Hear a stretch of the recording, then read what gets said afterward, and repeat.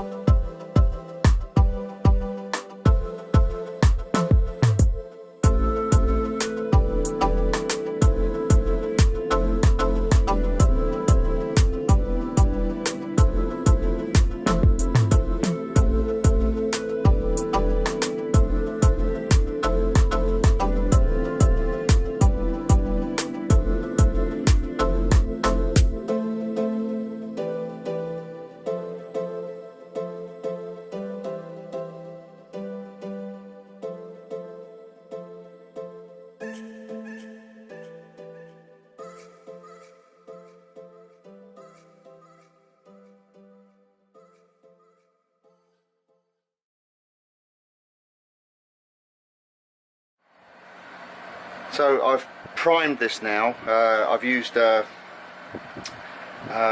filler primer, a micro etch filler primer. So we'll just leave this now for an hour or two to dry, and then we can start pouring the rubber. See you in a bit.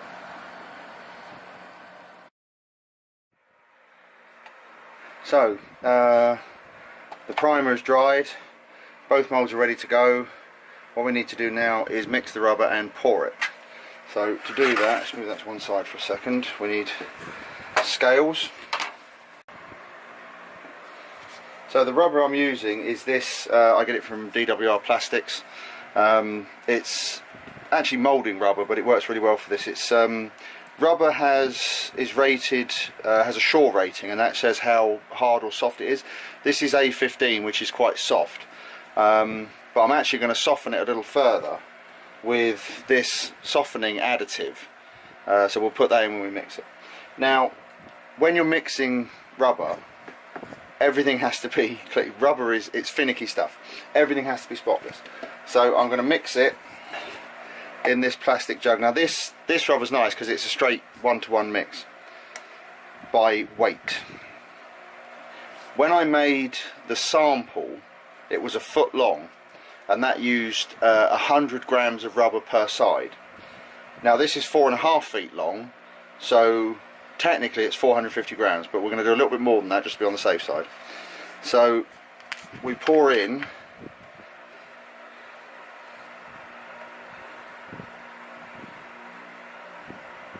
half of 460 grams.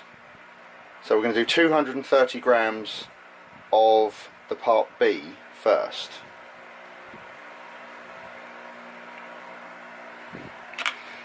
So that's that. Now we put the softener in. There's actually a scale on the bottle that shows you how much to put in.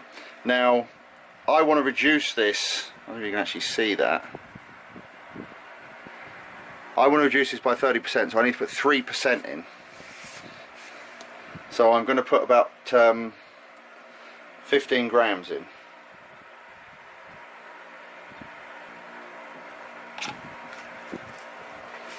So that's that. And we're also going to colour the rubber. So we need pigment. So I've got two pigments here. This is a flesh tone and this is red, obviously. So we're going to have a fair bit of the flesh tone, and then we're going to tint it a bit more with the red.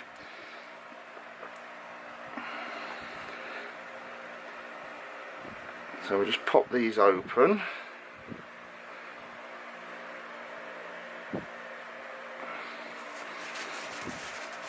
Now, as I said, rubber's funny business. You might say, why are you not wearing gloves? If you wear nitrile gloves, even though technically they're inert, they can actually affect the curing of the rubber, so we don't wear gloves or anything for this. Hands have been washed. This is the stirrer I'm going to use. It's plastic, it's inert. And what I'm going to do is I'm going to take some of the flesh tone, fair bit of that, and put that on there.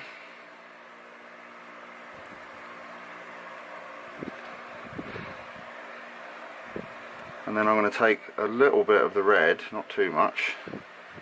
The thing is with pigment, you can always add more, you can't take it out. I'm going to put that on there. And then we can stir it in. And the nice thing about using pigments is that it makes it a lot easier to tell when the rubber's mixed fully, because you get a nice uniform colour throughout.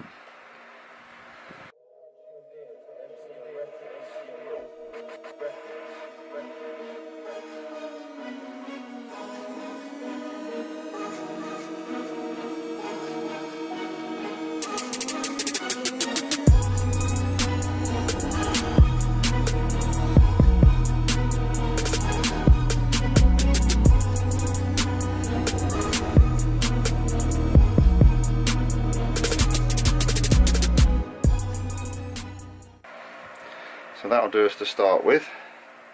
Now, turn the scales back on. And we need to add 230 30 grams of the part A. That's it. Now we can get rid of the scales and mix it again. And this is where we have to be really careful with the mix. It needs to be really mixed thoroughly. Make sure you scrape the sides, scrape the bottom. Now this stuff has a working life of about 8 minutes, so we need to stir it very well, but not for too long, otherwise it will start to cure in the pot. It's quite hot here in the workshop today, which is handy because it makes it much easier to mix the rubber.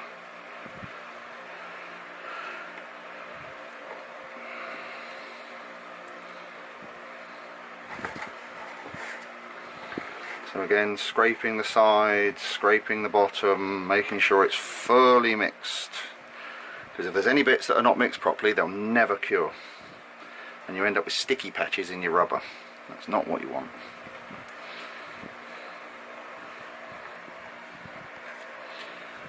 Right, that should do us.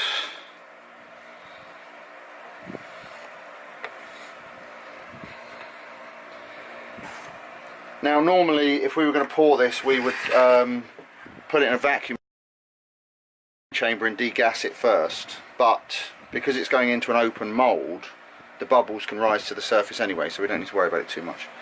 So now we pour it in.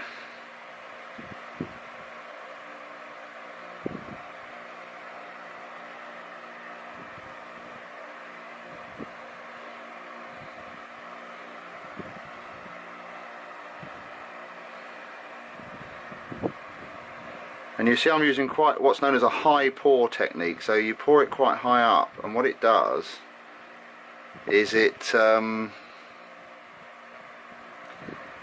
means any air bubbles that are in the mix will rise to the surface.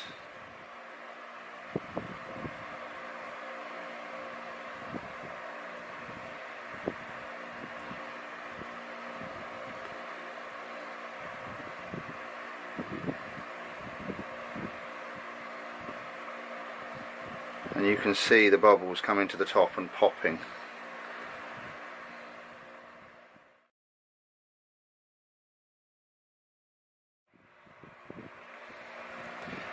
Right, so the rubber has now had time to cure. I'm going to start to demould it now, so here goes nothing.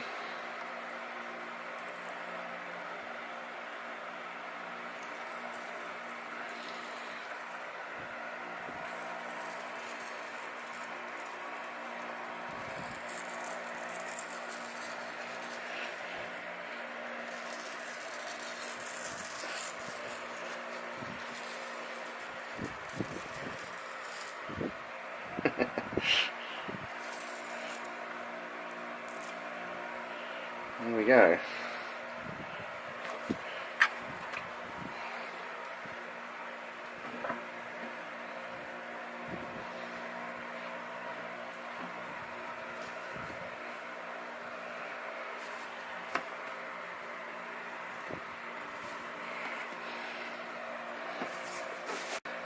Now what we've got to do is get the two pieces, mix up a little bit more rubber, and use that to glue them together.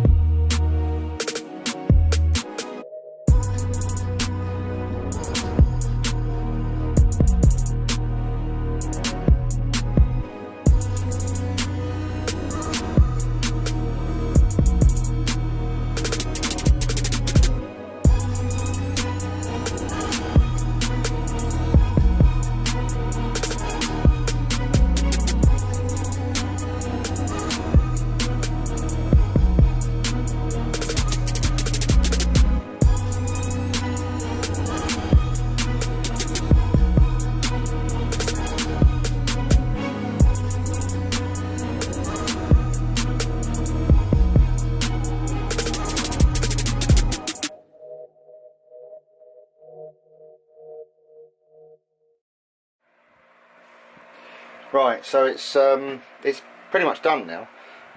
What I'm going to do is I'm just going to go over it again, give it another coat of thinned red, just to even out the tones and make it look the same all over. There's also a couple of little voids here and there that I want to fill in, just to make sure there's no chance of it ripping. So I'm going to mix up a little quick batch of rubber and just brush it over the top.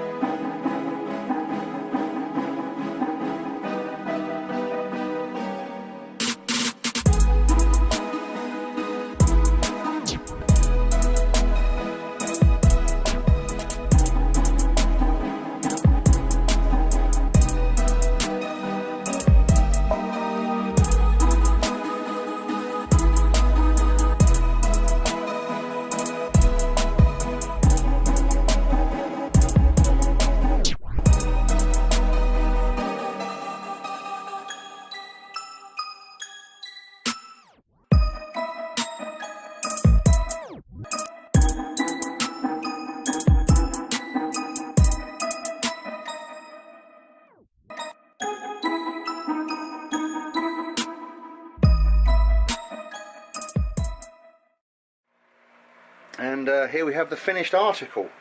I quite like the way this has turned out. It's I think it looks pretty good.